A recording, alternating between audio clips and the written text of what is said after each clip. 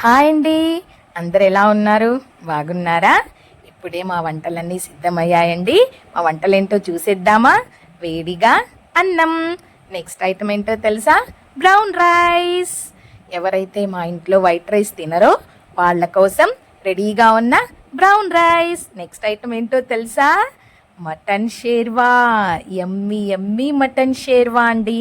చూడ్డానికి ఎంత బాగుందో కదా, తినడానికి కూడా అంతే టేస్ట్గా ఉంటుందండి.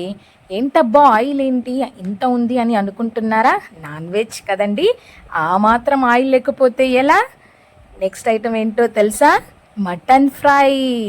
చాలా బాగుందండి, చూడ్డానికి కూడా ఎమ్మీగా ఉంది, తినడానికి కూడా చాలా బాగుంది. నేను ఆల్రెడీ టేస్ట్ చేసేసాను. పీస్ అయితే చాలా చాలా సాఫ్ట్గా ఉడికిందండి. ఎవరు చేశారని అనుకుంటున్నారా? మా అత్తయ్య. నాన్ వెజ్ బాగా చేస్తారండి. నెక్స్ట్ ఐటమ్ ఏంటో తెలుసా? దొండకాయ కర్రీ. ఏంటబ్బా నాన్ వెజ్ ఐటమ్స్ పెట్టుకొని దొండకాయ కర్రీ చూపిస్తున్నారని అనుకుంటున్నారా? మా ఇంట్లో కొంతమంది మటన్ తినరండి, వాళ్ళ కోసం ఈ వెజ్ కర్రీ. ఎలా ఉన్నాయండి ఐటమ్స్?